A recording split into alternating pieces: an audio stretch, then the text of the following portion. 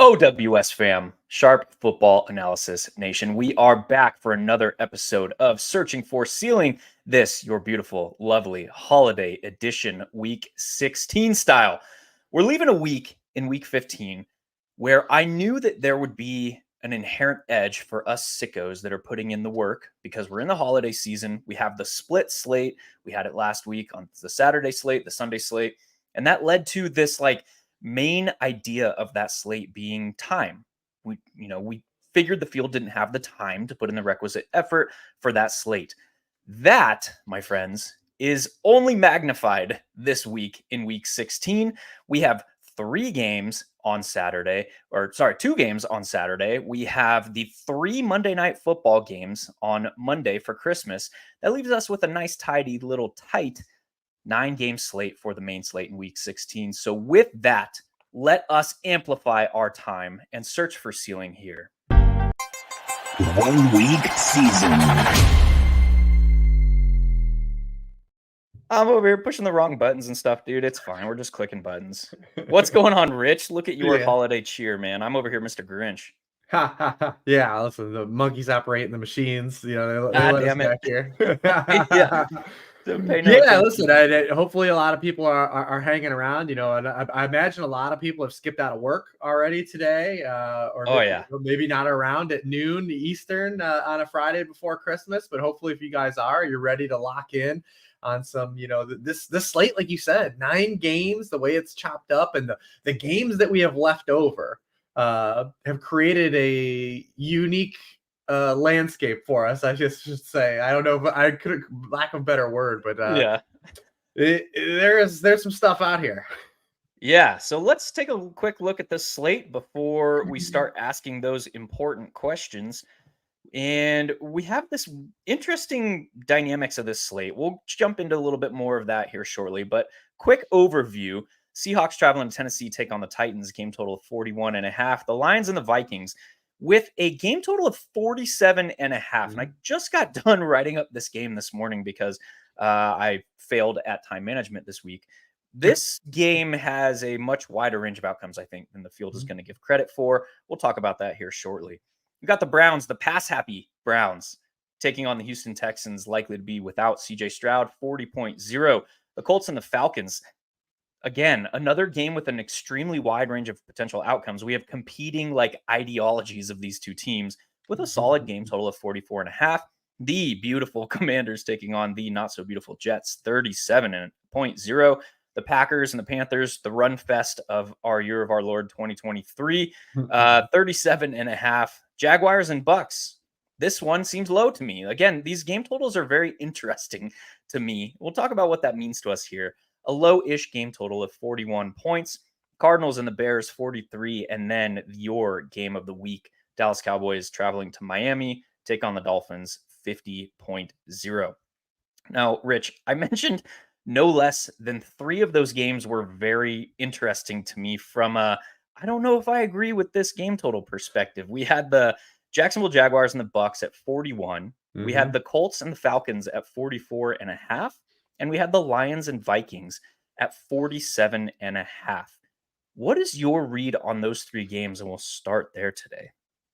Yeah. 2 of those 3, I'm definitely interested. I already have written up as, I'm going to attack in small field onslaughts, Lions, Vikings, and Bucks. I've been targeting the Bucks games for, since we've been on this show all year. They're a team we target. They have a condensed usage tree. Really only 3 players get the football at a high rate on their team, and they don't defend the pass, right? And now they're facing a team that can't run and also cannot defend the pass. So I mean, that game screams to me, as long as there's no weird weather stuff popping up in that game. I know earlier in the week there was some of that. Obviously, we have the Trevor Lawrence availability up in the air. Saga. We'll call it a saga.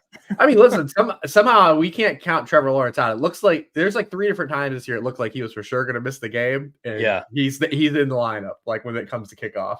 So he hasn't been rolled out yet. I saw he's actually going to practice today.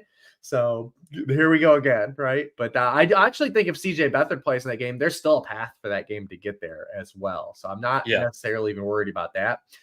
And that kind of is where I want to start before we jump in these games is Yep. This 9-game slate, again, for the third week in a row on the main Sunday slate, we have a reduced number of high ceiling quarterbacks. And that has really impacted the way to play DFS. Now, last week it opened up the path where it was like an old school team jam 'em in. I flippantly talked about team jam 'em in a couple weeks ago when we were at like Tyreek and CMC. But for everyone that doesn't remember, Team Jam In was like, the old school, like David Johnson, Todd Gurley, CMC, Antonio Brown days. You would pay for two of those guys up, not really care, pay down at quarterback. But what made those days kind of obsolete was we had this influx of quarterbacks that were dual threat assets that had access to a ceiling that was harder to arbitrage with paying down at quarterback. The guys that could get you 35 points, the Josh Allens, the Jalen Hurts, we had a Deshaun Watson's run. But these last 3 weeks, we've seen it kind of shift back where we haven't had those options. We've had, the 2 weeks ago, we had Lamar Jackson versus the Rams. This week we have Justin Fields, but like you only need one of those guys to fail, or with just the fact that quarterback ownership never explodes to where guys like 30% owned. It's opened the door now for, we've seen like a lot of these 5K to 6K quarterbacks now really make their imprint and really swing the field on these slates, because we don't have to combat the 35-point games from quarterbacks. And that's probably what we have here again. Now, it's not an old school team jam in because we don't have like the clear pay up guys, but it is another wide open slate where a lot of these backup quarterbacks, a lot of these 6K and under quarterbacks are completely viable to build around again this week. I 100% agree. And I love that theoretical discussion on like, how do we take what we're seeing from the macro state of the slate and then develop a game plan around it? So love that discussion. Let's talk now about that Buccaneers game, because I have a feeling you might be interested in some of those quarterbacks as well. How are you seeing that game? I know you talked up the potential that we have two pass funnel defenses going against two offenses that like to pass the ball. Yeah, and the one cool thing about the Jaguars is they actually are pretty good at stopping the run. And the Buccaneers have found a little bit of a run game the past month. At least Rachaad White is getting some explosives mixed in to kind of skew his yardage totals. But we've seen him now go over 80 rushing yards in each of the past 4 weeks. I also should caveat this. Rachaad White also is the most expensive running back on DraftKings this week, to kind of give you some context of where the slate is at the running back position. But that's cool, is the Jaguars actually are stout at stopping the run, and it forces people to kind of attack them where they are the worst defensively right now as well. Jaguars games are averaging combined over 500 passing yards per game. It's the highest in the NFL. The Buccaneers are 7th. So I still do think if CJ Beathard does play in this game, there is a path for CJ Beathard to get there, especially at his price. I mean, 5-1 on DraftKings and 6-1 on FanDuel. Like, we just talked about it. We just ran it down. I think people will easily get through the Baker side. Obviously Baker's a guy that's been competent all year. He's coming off of a spike week, 380 passing yards. I mean, Hilow, imagine if we had this conversation in week 1 where I told you, hey, in week 15 of the NFL season, there's going to be 5 quarterbacks that throw for 300 passing yards. They're going to be Baker Mayfield, Joe Flacco, Nick Mullins. Obviously, we had, Patrick Mahomes, and Case Keenum is the other guy. You would have looked at me and said, how the hell, what steps did we take to get to this place? But that's what happened last week in the NFL. So yeah, it's completely wide open though. But we were talking about the individual pieces of this game. I think it's really easy to get to these pass catchers on both sides. Obviously, the Bucs side is going to be pretty clean. I think people can navigate their way because only 3 guys touch the ball: Rachaad White, Mike Evans, Chris Godwin. But these Jaguars guys, I think, are going to be tougher players for people to click. But man, they look like to be in like really strong objective spots. I mean, you look at Calvin Ridley. He's never been an easy click for gamers all season, but I mean, he is just getting immense value. And now we removed another piece from this offense in Zay Jones. He already has double-digit targets over the past 2 games, and he's facing a team that has just been flooded by outside wide receivers and wide receiver ones. I mean, Tampa Bay is 28th in the NFL in points allowed to opposing wide receiver ones. They're allowing 91 receiving yards per game to those wideouts. That's 31st in the NFL. They also are 23rd in yards per target allowed to outside wide receivers. And then for good measure, Ridley leads the team in target share and yards per route run against the blitz. And we're getting this Todd Bowles team that's 3rd still in the NFL in blitz rate. Also, we have Evan Ingram, who I think clearly becomes now the clear number 2 target in this offense. And he's on a slate where we're going to have immense ownership drawn to some expensive tight ends. It is a really good tight end slate. Trey McBride is going to be a really popular bring back, and what's going to be the most popular stack of the slate in DJ Moore and Justin Fields. And we're also going to have David Njoku be really popular this week as well. So Evan Ingram, I think, is going to fly under the radar as well. So you have like a clear onslaught of dudes and affordable, and then you can fit in an expensive piece with these. I love this game, man. Yeah, I'm really interested in Evan Ingram because you talked about the fact that Todd Bowles and his blitz rates. In that same vein, I was targeting Evan Ingram 2 weeks ago against a Cleveland defense that is able to generate pressure. So now add in the fact that he is likely to step into that secondary pass catcher role for this offense. And it could be a situation where he is the relied upon, outlet player over the middle of the field. And I think that actually gains credence should we see Beathard start here. Or do you have anything to respond to that assertion? I mean, well, 2 weeks ago when Beathard entered the game against the Bengals, he targeted Ingram on almost half of his routes run. Yeah. Yeah, that's what I'm saying. Like these veteran backup type quarterbacks that come into a game or get a spot start, they're typically not the ones to be YOLOing the ball downfield. I mean, these are not every backup quarterback can be Joe Flacco. These are typically backup quarterbacks for a reason. They either carry plus arm strength or the ability to process defenses. Most likely, it's the latter. With a backup quarterback being able to process a defense, they're typically veterans, and they're able to come in and manage a game. They're not going to be taking these massive shots downfield. Now, Beathard is a below average arm strength quarterback. There we go. We got it out. That is kind of this guy who's able to read a defense. So that leads me. I'm actually very, very excited to play Evan Ingram this week. And I think that the likeliest bring back here is Mike Evans. I haven't looked at ownership, but I would expect after back-to-back weeks of double-digit looks for Chris Godwin, I'd expect that he's probably going to see a little bit more interest from the field this week. You seen the same? I don't see either of these guys really like being popular at all. Okay. And I don't know if it's just because people are waiting to see what happens at Lawrence or they're just not really on this game. But neither guy is tracking to be popular. And obviously Mike Evans, his ownership is always kind of depressed because of where he's priced. He's priced underneath the tier of elite wide receivers always every week. And that always people either usually pay up or go down and skip that tier usually. So he's never like immensely popular. But yeah, I mean, I agree with you. I do like Evans the most, obviously, just because of the scoring equity, right? I mean, this is a guy, he's already got 11 touchdowns. Only CeeDee Lamb has more end zone targets than Mike Evans. He has 43% of the Buccaneers end zone targets. That's 6th in the NFL in rate of end zone targets. I do think that Godwin is playable again. It doesn't feel point chasey to me because of the matchup, right? The Jaguars are a real heavy zone-based team. They're playing zone coverage at the 5th highest rate in the league. And that's where Godwin has been at his best this season. 25% target rate per route run, 2 yards per route run against zone, as opposed to 18.9% target rate and 1.2 yards per route run against man. So I do think that it's not as point chasey as it might seem on the surface, but I also do prefer Evans because I don't see it being necessary to pay up at wide receiver this week. This just makes it slate weird in general because we don't have the pay up running backs, and I don't necessarily think that we have the pay up receivers either. Yeah, that was my next talking point to steer this conversation is the overall macro state of this slate is where do you spend salary? And that kind of combines into this psychological aspect of DFS in 2023, where we're so used to over, dating back to Team Jam-A-Min that you mentioned earlier, we're so used to, and it's so ingrained in us now to be like, where am I spending up this week? That's just our initial reactions. Like, I need to get this elite ceiling, elite floor type player in my roster. Where am I going to spend that salary?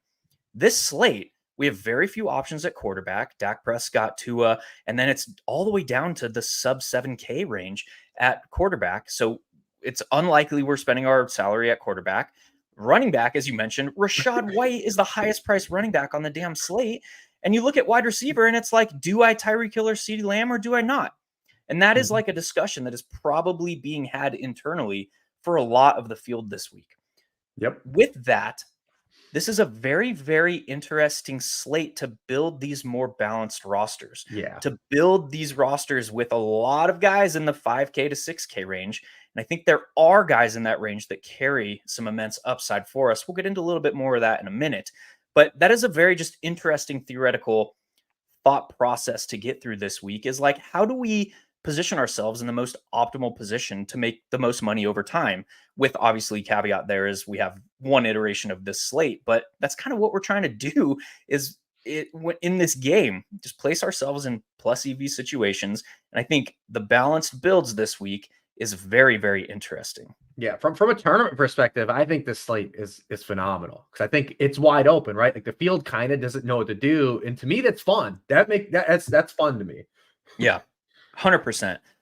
So we talked about the Jags. Any other parting shots with the Jags and the Bucks here?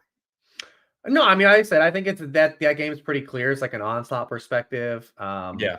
It's fun. It's one of these games too. It's gonna be a 4:00 pivot game as well. You know, we will talk. I'm sure we're definitely gonna get the Cowboys Dolphins, but yeah, I mean that game. I don't know how many players gamers are gonna be able to wedge into their lineups. But this is like a great 4:00 pivot game, and then we're gonna see some popularity at 4:00, but just between Justin Fields and DJ Moore, so you're gonna be able to get against those guys as well. And like I said, and we talked about the you just walked through the positions. People are going to have salary to pay for tight end this week, which is going to be unique from other weeks where it's like last week. It's like, do you play Chig or do you play Tucker Kraft? The field is on that. This week, people are going to be choosing. They're going to be able to get to Trey McBride. They're going to be able to get to Njoku this week more than weeks past. So that's what I think makes Evan Ingram interesting, because you are going to see some actual higher ownership on some of the higher priced tight ends, which we haven't really seen as meta construction this year. Yeah, 100%. What we have started to see along that same line of thought, what we have started to see is a little bit increased viability of a 2 tight end build. We're so used to it being kind of like George Kittle and Travis Kelce and then everybody else at tight end. This year, we've seen some comparative ceiling games from tight ends compared to wide receivers in their price range. This week we've got TJ Hawkins and Trey McBride, Evan Ingram, David Njoku. That's probably, we can throw Cole Kmet in there if you want to mess around, dance with that, but not for me. Those 4 guys, in addition to Sam Laporta, have these ceiling type games in their portfolio this year. Are you at all in that discussion of balanced builds? Are you at all interested in like throwing 2 of these guys in a roster this week? I don't mind, because in comparative speaking to where the wide receivers are priced in that range, like in that price range of wide receiver, the only guy that I really kind of want exposure to is Garrett Wilson. And then, so I think that those tight ends like David Njoku, I think is just a better play and look at Njoku's volume. Like it's way better than a lot of those 5K receivers. That same price range of him, say he's 5,300. If you look at 5,500 to like 5K wide receivers, his target share and his target opportunity plus paired with matchup is just better than all those options. So that's going to be a roadblock people are going to have to get over, but I definitely think you can play 2 of those guys together. 100%. This is something I am very interested. Oh my God. It's not even like the program, the algorithm in DK, the UI doesn't even like want you to click 2 tight ends because it immediately swaps off of the position when you click one. This is very, very interesting to me. But you're looking, because look at like 5, just from 5-1 to like 5K, it's Drake London, Noah Brown, Njoku, Romeo Doubs, Evan Ingram, Jaden Reed, who may or may not play, Josh Downs, then Tyler Lockett. Those 2 tight ends that I named are better plays than all those wide receivers. 100%. With you 100%. And that's going to lead us into one of my favorite games this week. And it is one of those games that I was questioning the game total. And obviously we have CJ Stroud, who's not going to be there. We have Nico Collins coming off a calf injury. But this game, this Browns versus Houston game, talk about a very unique combination of upside from each offense, the potential for slippies from deach defense. Houston's giving up explosives. The Browns, number 1 defense in the league at home, dead last in the league on the road. 30.7 points per game allowed on the road this season. We've talked a lot about home road splits. We've talked a lot about how noisy they are, how much variance is associated with those. But that is stark. That is bigly important, I think, on this slate. The fact that the Browns are allowing 30.7 points per game on the road this year. So that also combines with this idea that, like, Bobby Slowick, regardless of who is under center, is still going to design an offense that looks to get his primary skill position players in space. There's some more stuff with that we'll talk about here shortly. We've seen all the splits from Scott Barrett regarding the running back usage and the running back performance between Dameon Pierce and Devin Singletary. And yeah, so there's a lot to talk about there. But looking at also the Browns, 44 pass attempts or more, so 44, 44, and 45 in Joe Flacco's 3 starts this year. Amari Cooper saw 5 targets in the first game and then left with injury. In the next 2 games, Amari Cooper and David Njoku combined for exactly 22 targets per game. And that left them, over that 2-game sample, with a 49.6% team target market share. 44 targets on 89 pass attempts from Joe Flacco. You talk about, like, upside from a team stat. So let's phrase it like this. Let's put this in here. I want to go through a little exercise here. If I told you that it was highly likely that a wide receiver priced at $11,700 in salary was going to see 22 targets, would you click that guy's name? Yeah, absolutely. Hell yeah, I would. That is basically what we're getting from the combination of Amari Cooper and David Njoku in this spot. Now you add the very, very low price, $5,500 best friend price of Joe Flacco into this, and we're like off to the races from a high floor, high ceiling combination. Now we look at the other side. I mentioned the running back splits between Devin Singletary and Dameon Pierce. Devin Singletary more than doubles Dameon Pierce's efficiency. So his yards per carry, his explosives, his yards generated before contact, his yards generated after contact, basically across the board, more than doubles Dameon Pierce's efficiency metrics against zone gap concepts. That's very important because now Bobby Slowick, with 2 healthy offensive tackles, is running a ton of zone gap run blocking scheme.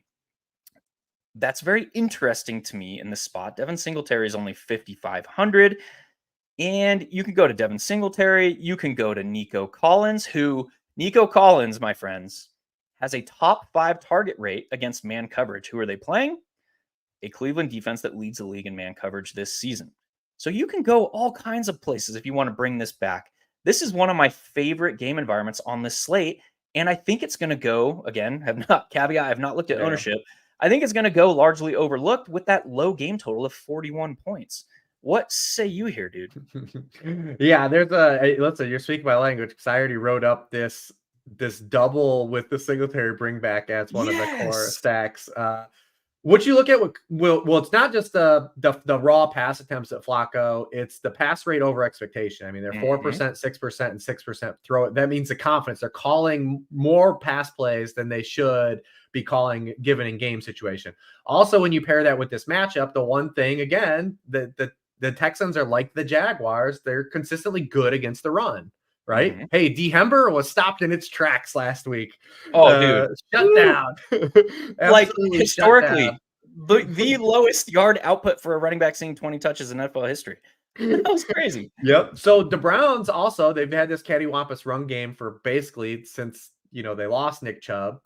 It's probably going to be pushed to throw the football. You look at Amari Cooper. It's not just that he's been targeted on a hair under 26% of his routes with Joe Flacco. It's that he has a 14.8% inaccurate target rate with Flacco. With PJ Walker's inaccurate target rate was 21.4%. With Dorian Thompson-Robinson, it was 26.3%. Yeah. So not only is he getting volume, he's getting access to more quality targets. Texans 29th in the NFL yards per target allowed to outside wide receivers. And Njoku basically is a wide receiver. Over the past 9 weeks, we don't have to do the Flacco splits. Over the past 9 weeks, David Njoku has been targeted on 27.4% of his routes. He has a 25.2% team target share over that span. Only Sam Laporta has more touchdowns than David Njoku. This is a 9-game sample, not a 2-game sample, which everyone knows he's had these 2 awesome games. This is a 9-game sample of him getting that type of volume. Houston is no team faces a higher share of targets to the tight end position than Houston, given the structure of their defense. Teams target tight ends against them 26.9% of the time. As a default, they're not bad, like on a per target basis to tight ends, but because they face so many targets to tight ends, they're 31st in receptions allowed per game. So Njoku is in a really good spot to kind of get there. And then you look at Devin Singletary. He has 2 games now this season. I know they played in overtime last week, but he's 2 games this season now where he has 30 touches. No other running back has multiple games of 30 touches this season. So even if it's like the Browns are a very volatile run defense, they're number 1 in the NFL in yards allowed per carry before contact. They allow the fewest yards before contact, but they also allow the most yards after contact per carry. Yeah. So they're very volatile run defense. They will give up explosives and splash plays. So that's what makes it fun. Also, Devin Singletary, where he is priced at, and we're going to get to, I'm sure, Lions, Vikings. Ty Chandler is tracking to be the most popular running back kind of in that price zone. So we've got 2 guys that are bookending Ty Chandler that I really like this week. One is just from a volume perspective, this Devin Singletary, and you've got Chuba Hubbard, you said in your run fest in Carolina. But Ty Chandler is going to be immensely popular on the slate where he's priced because he had a 96% backfield share. And so this is, a pivot / leverage play with Devin Singletary in these tournaments. And you've got like an inherent stack that costs you nothing. Exactly. And look at this roster. I mean, this is like a game environment bet playing both Nico Collins and Devin Singletary with the Cleveland overstack. And we're still not like fully pressed for salary. Because you don't have a defense either. Like you add a defense and Exactly. you got 2 5Ks, you get in, you're cooking. Yeah, don't dupe me, bro. I'm just kidding. But this is what I'm saying is like these balanced builds are extremely intriguing, and I think there's some interesting spots where we can take that approach. I mean, you throw Mike Evans into that roster with Evan Ingram, that old double tight end build, and we're cooking, man. There's some upside to be had in some very, very unique and different ways to approach this slate than I think the field will. So love that shout. Let's go over to Detroit and Minnesota since we talked about Ty Chandler here. I'll just throw it over to you, man. Tell me what you're seeing from this spot. Yeah, and listen, I understand if you're playing, like, I don't think this is a great cash game slate if people are playing it, but like from a tournament perspective, we're in the same boat I think we were in with Ezekiel Elliott last week, where the larger the field size, the less you should be interested in rostering Ty Chandler, especially at his ownership. I'm excited for him. I liked him as a prospect. I hope he continues to do well. He had, like I said, 96% of the backfield touches. But if you look at Minnesota from a top-down perspective, they've run the ball well against 2 teams this season. The Cincinnati Bengals with DJ Reader out and the Denver Broncos. 2 teams that we have targeted no matter who the hell they're playing to get rushing production. They have not efficiently run the ball against anyone they shouldn't be running the ball well against this season. So they are facing a team that has just shut down backfields this entire season. I mean, the Lions, 3rd in the NFL, yards per carry allowed to running backs. They're 7th in rushing points allowed per game to running backs. Guess what? They're also 7th in receiving points allowed per game to running backs. They actually have good linebackers. So like Ty Chandler, as much as I understand like the volume perspective, this is not a spot I'm overly intoxicated to chase the field with, especially as the field size increases. There are other ways I think this game very much provides an avenue to stack uniquely and access through to get creative. But I don't think Ty Chandler is it. Yeah, I am 100% in agreement. And the reason I highlighted this game as one of those games that the game total is kind of surprising to me is these are 2 very good defenses. Yes, the Detroit Lions are giving up a ton of points. I mean, they are basically in the same vein as the Indianapolis Colts. They are a breeding ground for like offensive production this season. That said, all the things you mentioned about the Lions against the run, equally and inversely is how they are basically perform against the pass. They are not good Mhm. against the pass. They are giving up explosives. They are giving up perimeter work. But we have Nick Mullins on the other side. Like, yes, I get it. We've got Justin Jefferson. We have Jordan Addison. We have TJ Hawkinson. I get it. That's a lot of talent. But we have Nick Mullins on the other side. And we have a Minnesota defense primarily. This is what is most interesting to me from this spot is Brian Flores, man. This guy has completely turned around a franchise's defense faster than I can remember anybody doing anywhere. This Minnesota Vikings team has the greatest differential in points allowed per game last year compared to this year. 6.2 points per game fewer allowed this year when compared to last year.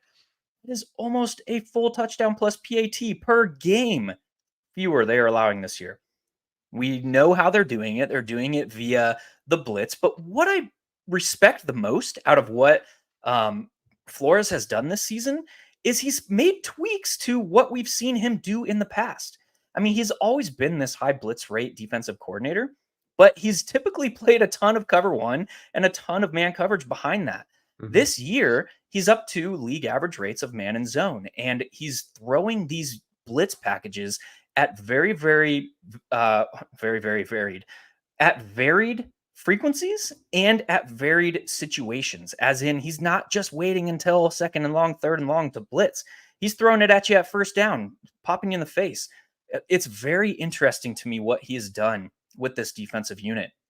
And the fact that we have strength on strength as far as looking at the Lions versus this Vikings defense, and then relative weakness versus weakness, because we know the path of least resistance against the Lions is through the air, and we have Nick Mullins starting. It opens up this like widening range of outcomes for this game environment. Now you add in the fact that this is the first time these two teams are playing this season, and they play again in 2 weeks, and it's a divisional matchup with playoff implications on both sides, and it just carries this wide range of outcomes where I don't know if this game should carry the second highest game total on the slate. That's my read on the situation. Yeah, definitely there's a path to failure for this game. Obviously the Lions are they're going to get steamed up for a little bit in the game total stuff. But I think that this game does become an interesting large field stuff through the Lions side, I think more so than the Viking side, although there are plenty of bring back options. And it's because we talk about like the context of quarterback on this slate. And from what I'm looking at, like Jared Goff looks like he's going to be severely underowned for his range of outcomes. Now, I definitely believe there's a path to failure here for Jared Goff. But I think when you look also at this quarterback slate, there's a path for Jared Goff to potentially be the QB1 on this slate as well. We did see the Vikings when they did face a more competent passing game. And it's funny to talk about Jake Browning and the Bengals as a competent passing game. Yeah. It feels that way. But I mean, he was 20 of 27 after halftime in that game. And like Goff has that way with Ben Johnson to be kind of surgical against all these zone looks. To have the similar type of success, I believe. And, we've seen him, the Denver defense was on equally as much of a heater coming into last week, and Goff threw 5 touchdowns. We can't ignore the Goff like indoor stuff, right? Like it's not a true road game for Goff. Like, I mean, the dude he's averaging 8.1 yards per attempt, indoors this season. We've seen him go to LA and cook. He's got 21 touchdowns, indoors. So like there's still a path for him to have a ceiling, which is why I like him in larger field where it looks like he's going to be not that popular. Cover 2 has given the Lions a ton of problems this year, but the Vikings also do mix in like a lot of single high cover 3 stuff. And against cover 3 stuff, like Goff's been a different animal. And it's because, attacking cover 3, he's got 2 guys that just eat in the middle of the field, and Sam Laporta and Amon-Ra St. Brown. Only CJ Stroud and Brock Purdy have a higher rating against cover 3 than Jared Goff this year. So I do think there is a path, and it makes it interesting to play through the Goff side. That's also very interesting because cover 3 typically allows an opposing pass offense to just basically target their first read. It's like, who can win in the first 5 yards of line of scrimmage? I'll get you the ball. Exactly. And the other side of that is like, who do you pair with Jared Goff? Is it a must double? Do you pick and choose between Amon-Ra and Sam Laporta? Do you throw in a Jameson? How are you attacking that spot? Yeah, it's interesting. Jameson for the first time this year ran more routes than Josh Reynolds in a game last week. Career high 7 targets. Obviously didn't get there, but I think when you look at a salary, people will get to him as well as we didn't talk about Parker Washington, but like Parker Washington is like down Yeah. down there. Those are the two guys people are going to look for to kind of free up salary. You don't necessarily have to jam those guys in because we just talked about like where are we paying up this week. But that's why I think it offers the path to do like a Goff Amon-Ra stacks. I mean, if we do get like that cover 3 looks or just enough cover 3, right? Like Amon-Ra is he's absolutely destroying, cover 3 coverage. No wide receiver has more receiving yards against cover 3 this season than Amon-Ra St. Brown. Also, he's 6th in the NFL in yards against the blitz. Obviously the Flores blitz stuff's different, getting into the weeds of those splits for the reasons you said, like he's not playing a lot of man coverage behind these blitzes. It's not like Wink Martindale, right? Like or Todd Bowles, we're blitzing a lot. We're going to go cover 0 or cover 1. Like when he's blitzing, he's sending like a cornerback, a linebacker, he's dropping a lineman in coverage. Yeah. Like, we're getting a lot of fun super stuff. Unique. Yeah. Super unique. Getting a lot of fun stuff from Flores this week. But I do think, like I said, the Lions side, I definitely do kind of want some unique exposure to. Also, I think Jahmyr Gibbs is able to be paired in this. Like he's in because we talk about like where are we spending up at running back this week? We know Gibbs has a high ceiling. And although Minnesota's really good against the run, they, unlike the Lions, are bad against running backs in the receiving game. And I think that's what opens up, Jahmyr Gibbs to potentially be a stacking partner with Goff as well. The other side of that question is the Lions have actually been one of the more game environment sensitive teams this season. As in, we know that they want to, or they would prefer to run the football. I mean, they averaged 29.3 team running back carries. The problem with picky choosy here is it's a fairly even backfield split in neutral game environments. We see in positive game environments, David Montgomery has that 20 plus touch upside. We see in negative game environments, Jahmyr Gibbs is typically the guy approaching 20 running back opportunities because of his robust pass roll. But in neutral game environments, these two are relatively evenly split in workload. It's kind of the same discussion to be had with the pass catchers. I mean, we know that so much of this pass offense runs through Sam Laporta and through Amon-Ra St. Brown, but in the same vein, Amon-Ra St. Brown has 3 games all season. He added one last week where he has put up 100 yards and a touchdown, and that's what he needs at his now 8,200 salary tag. He needs to put up 100 yards and a score for him to be GPP viable. That has led to only 4 games this season for Amon-Ra St. Brown, where he's put up a GPP viable score at his week 16 price. He did one of those games. He put up a GPP viable score without hitting 100 yards and a score because he saw like 16 targets. It was like his 16 target game. All that to say, knowing that this Lions team kind of is game environment sensitive, if you are playing a Lions stack, you 100% must have a member of the Minnesota Vikings on that roster because they're going to need to be pushed to kind of break beyond a just like 4-5 way even split of work, really. And now that their players, Sam Laporta started the season sub 4K, now that he's priced up, now that Amon-Ra is priced up, now that Jahmyr Gibbs and David Montgomery are priced up because David Montgomery had that 3 touchdown game. Jahmyr Gibbs now he has 3 GPP viable scores at his current salary. So these guys are all priced up. So in order for this team to be pushed, you kind of need to play a Viking with them. That leads me into like the next thought in that is it's hard to do because this matchup against the Lions is very hard to get a read on who of Justin Jefferson, Jordan Addison, TJ Hawkinson would be the likeliest to succeed. I mean, the Lions are running near league average rates of man and zone. We know that they are struggling via explosives, via perimeter work. But is that Jordan Addison? It's probably Justin Jefferson. But again, you're paying a pretty steep price here. So my point is it's very hard. So that's a catch-22 or a double-edged sword for us because that means the field is less likely to do that. But it also means that the hit rate is going to be lower with less degree of certainty. So yeah, that's why I brought up this. That's why I brought this up as like a larger field. Stack. I mean, because it is expensive. Like Jefferson plus Amon-Ra plus Goff is an expensive stack and relative to the constructs of the slate. But I also believe that it is one of those combos that actually possesses enough ceiling in context of the slate to be a really lid lifter for 4 tournaments. Yeah, and that's my point is like we just got done talking about how this game probably has a wider range of outcomes than the field is likely to notice. Meaning the optimal way to play it is likely a stay away or a game environment bet, which is Yes. a Lions overstack plus a bring back, something like that. So yeah, I agree. High upside, probably lower than perception hit rate, which is fine for GPPs because nobody's going to be on it, which we're searching for ceilings. So there you go. Yeah, I mean, that's the way, like, we talk about, we talk about all these game stacks and stuff, but like the types of tournaments to place these in vary. Like, so we talked about that Brown stack, right? That Brown stack to me screams like smaller field, like, because if I get that stack right, what it does is it allows me to play chalkier players with that stack. And if I get that game right, then I have those assets that are more probable to hit. And that's going to lift me on just getting that one game environment right in a small field is going to be massive.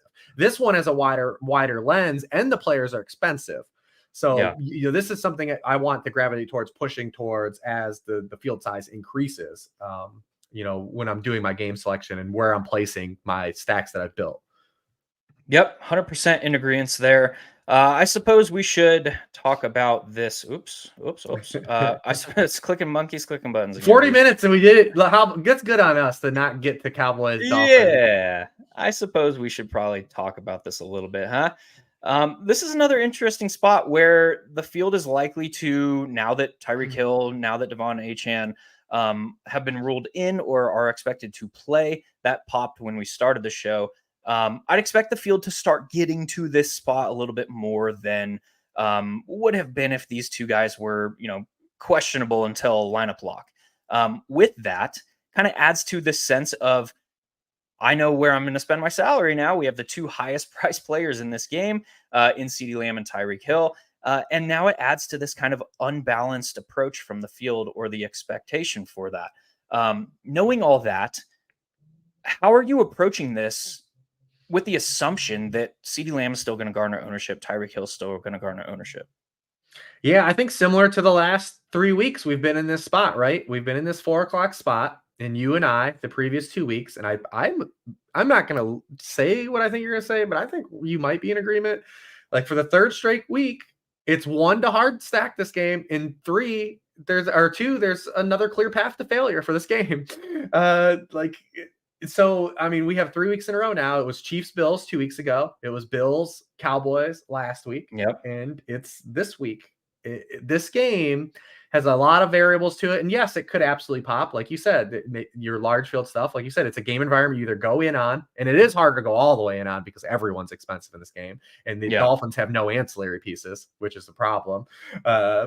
And to build around in this slate. So it's like, if this game does fail, like it's almost a stay away, right? Like, and if you don't believe that the game is going to get there, because Tyreek, who openly said like he doesn't know if he's gonna be able to cut. Yeah. Like, you'll love paying $10K for a wide receiver who openly says he's not gonna be able to cut.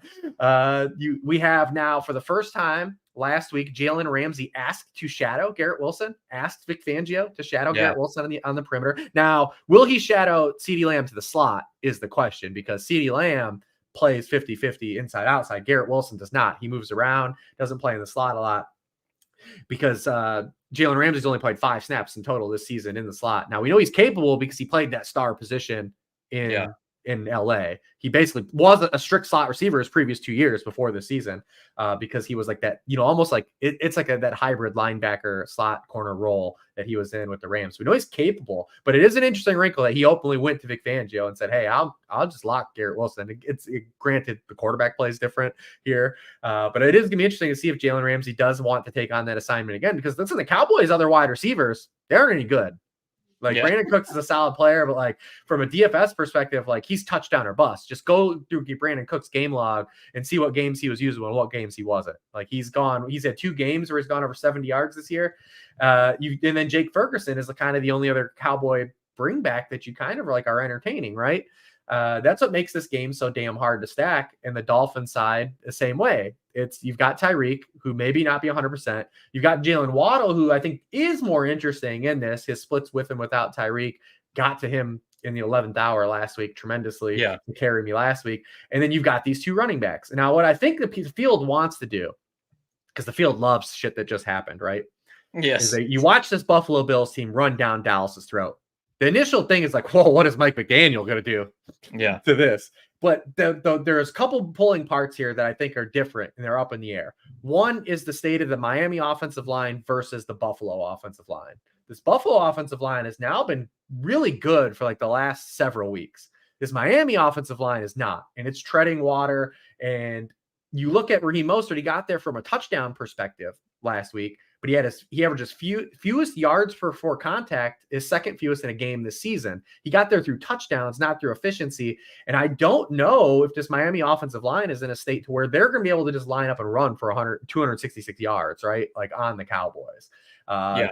If he does want to use a back similar to James Cook, obviously that would get us the Devin Achane to maybe create some of those mismatches that he created with that James Cook and the Bills were able to create.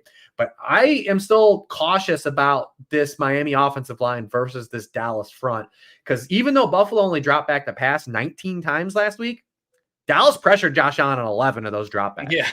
So I still think it is one of those things, like this game could definitely be like low 20s, like 24-21 type of game, 26-23, something like that for sure. I am with you, to be honest. And we look at the state of this slate. The top 2 wide receivers in salary come from this game. 2 of the top 4 running backs in salary come from this game. The top 2 quarterbacks in salary come from this game.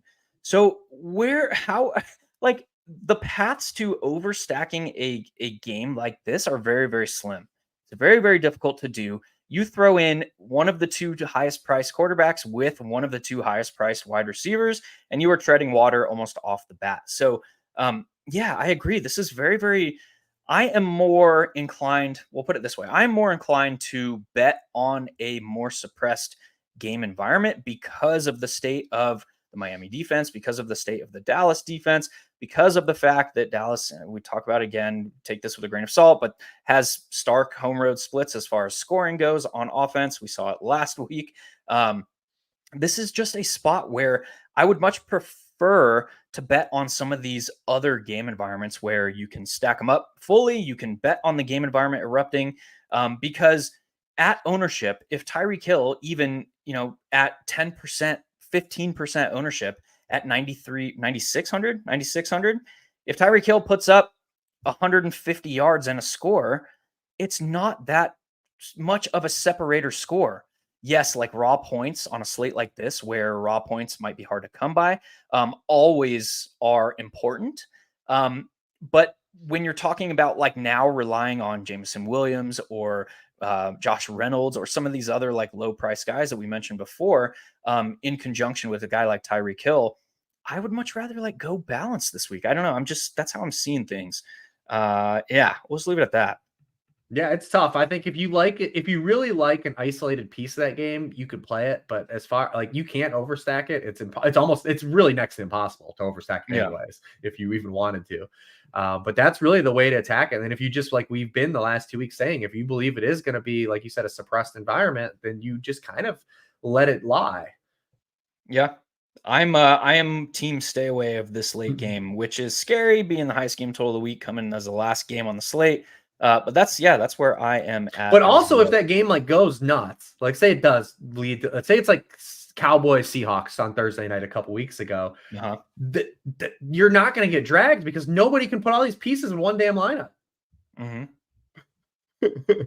Yeah, 100%. And it, like, I don't know, from the context of like what this slate is, what it presents to us, the way that salary is working out, the winning score in GPPs, and we're talking like big, large field, like Millie Maker type stuff, is probably going to be around 235 points. And we've seen this like suppressed production around the league. We've seen like, we had 1 week earlier this season where like a 210 score won the Millie Maker. It was insane, but we're going to need less points. So that is like, again, creates this like catch-22 situation for a guy like Tyreek Hill, where raw points like begin to matter a little bit more when you need fewer of them to win a tournament.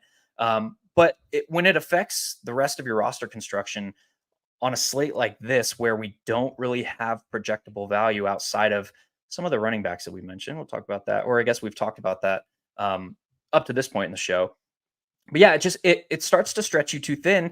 And now we're talking about like you're taking shots on those those wide receivers who are going to project for like sub 10-point medians. So like single digit medians, like your Jamison Williams and the guys that we mentioned. So yeah, it's just a very interesting dynamic of the slate, what this singular game kind of means to the slate. Yeah, absolutely. People want to play it. It's going to be, everyone's be watching it. Yeah. I'll be watching it. I'll be locked in. Yeah.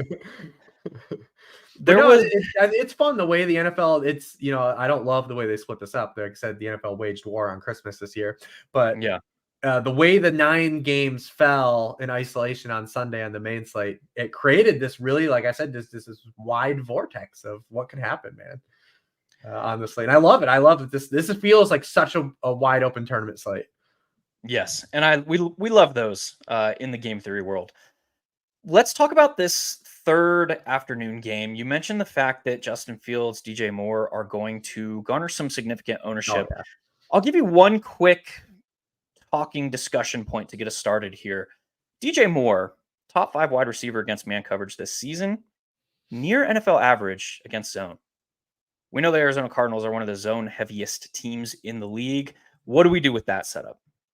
Yeah, I mean, it's a Justin Fields MO, right? Like, counterintuitive to probably people believe, like Justin Fields is awesome against the blitz. When Justin Fields plays football, he's great. Like, just plays football. Backyard ball. You see everything. You see all the talent. He drips everything that got him drafted.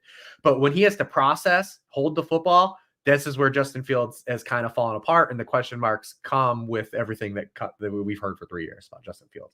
So this is what makes this slate interesting to me, is that Justin Fields is by far tracking to be the most popular quarterback of the slate because he's the one guy that has kind of the archetype that we talked about that dragged, so like people are going to get to him. He's that one guy that has that archetype.